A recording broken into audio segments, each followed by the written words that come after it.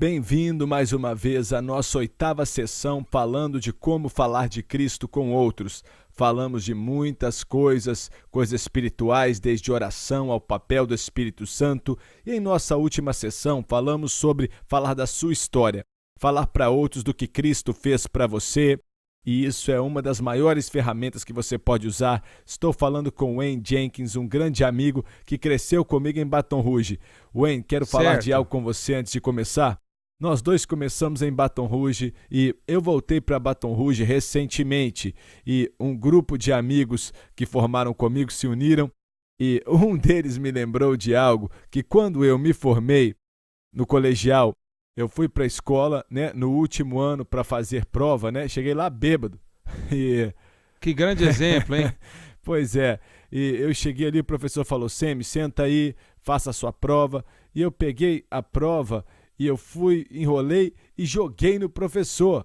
E olha, é um milagre que eu me formei, viu? Mas então, esse meu amigo me lembrou daquilo e eu pensei sobre, rapaz, eu não acredito. Olha, mas sabe de uma coisa?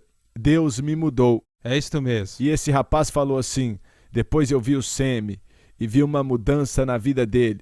E ele estava dando meu testemunho para mim.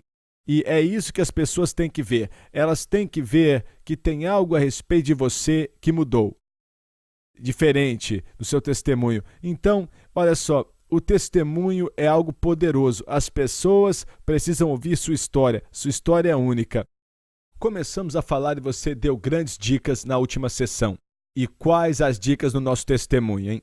Bem, o seu testemunho, na verdade, são 3 aspectos. A sua vida antes, né, o encontro que aconteceu quando você conheceu a Cristo e o que a sua vida é desde que você conheceu a Cristo. Esses são os 3 elementos. Olha, não há um exemplo melhor. Olha, rapidinho para a pessoa que está ouvindo, eu quero te encorajar a escrever essas 3 coisas. Fale para eles outra vez. Muito bem, a sua vida antes, como você conheceu a como Jesus. Como aceitou a Cristo em segundo número lugar. 2. E a terceira parte, como é a sua vida desde como que você sua vida aceitou. é desde então. Essas 3 coisas, pode continuar. E o exemplo perfeito disto, e o modelo para nós, está em Atos 22, quando Paulo dá o testemunho dele. E você vai ver lá, nos versículos 3 a 5, que Paulo descreve a sua vida antes de Cristo. E você pode ler lá, em Atos 22. E depois, ele começa no versículo 6, ele descreve como ele conheceu a Cristo. E depois, versículo 14, ele descreve alguma das mudanças. Não tudo, é claro, né? Porque o seu testemunho, você pode falar de tudo, não, você fala algumas coisas que Deus mudou na sua vida. Agora, deixa eu te dar algumas dicas quando você começa a escrever seu testemunho. Se você escrever a minha vida antes e depois, sabe, fala um pouquinho. Em um pedaço de papel, né? Um pedaço de papel. Como que eu conhecia Jesus Cristo, deixa um espaço para aquilo e depois desce e escreve a minha vida desde que eu vim para Cristo. Então você tem as 3 coisas e você lembra, você tem que manter breve, mas são algumas perguntas que você tem que se perguntar quando você estiver escrevendo essas sessões, né? Como era a minha vida antes de Cristo? Você pode incluir que você era sozinho, talvez que você faltava propósito. Olha, a grande parte da minha vida, sabe, eu estava pronto para me formar no colegial e eu não sabia nada, eu não tinha ideia alguma no mundo que eu queria fazer na vida. E isto havia um sentimento para mim de medo de morrer.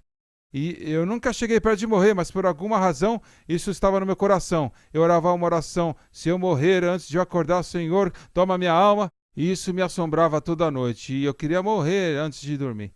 E talvez é uma esperança, uma falta de paz, talvez uma depressão, pode ser qualquer dessas coisas que fazia parte da sua vida antes de você vir para Cristo, que são sintomas do vazio que está na sua vida. E eu quero dizer também, porque estávamos falando de pessoas que dizem assim: eu era criança quando aceitei a Cristo, e minha vida antes de Cristo, então não é muito empolgante. O negócio é que não é quão empolgante, quão ruim ela foi, mas é o vazio que você mencionou aí. E a Renê, a minha filha, eu me lembro que ela era uma garotinha e o meu co-pastor na igreja onde eu estava, a filha dele morreu. E aquilo deixou ela com medo, quando garota, né? E nossa, quando estávamos orando em família, ela falava pai, e ela escrevia alguma coisa assim, né? E tinha um buraco entre o homem e Deus, e ela falou: "Eu tô aqui, pai". E então ela estava, olha, foi ali que ela entendeu. E ela era uma garotinha. Então, olha, Pode não ser tem que qualquer ser algo coisa. dramático, terrível que você fez. É esse vazio, essa separação, seja o que for. Agora, pode ser, né? Eu não mencionei, mas pode ser que a pessoa era uma viciada, uma alcoólatra, seja o que for. E é importante colocar isso, porque a pessoa que ele vai compartilhar talvez seja uma pessoa que é assim e acha que não há esperança para ele.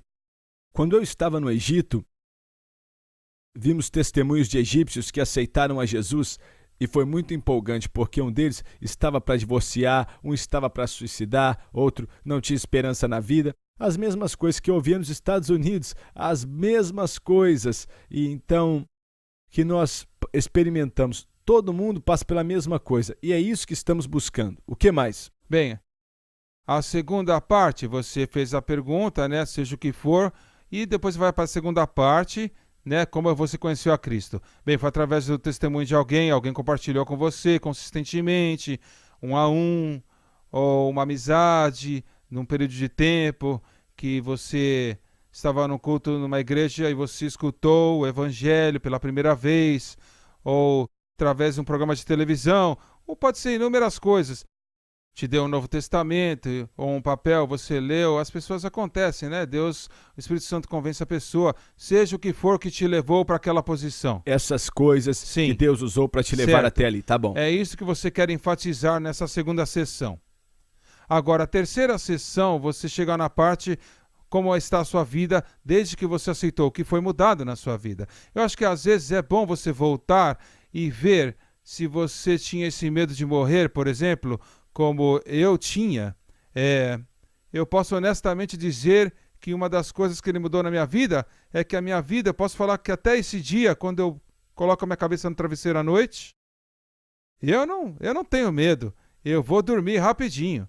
Não é como eu era, porque eu sabia onde eu estava indo. Não é por causa da minha bondade, mas por causa de Cristo, a misericórdia e a graça dele na minha vida. Eu sei que se eu morrer, eu vou para o céu.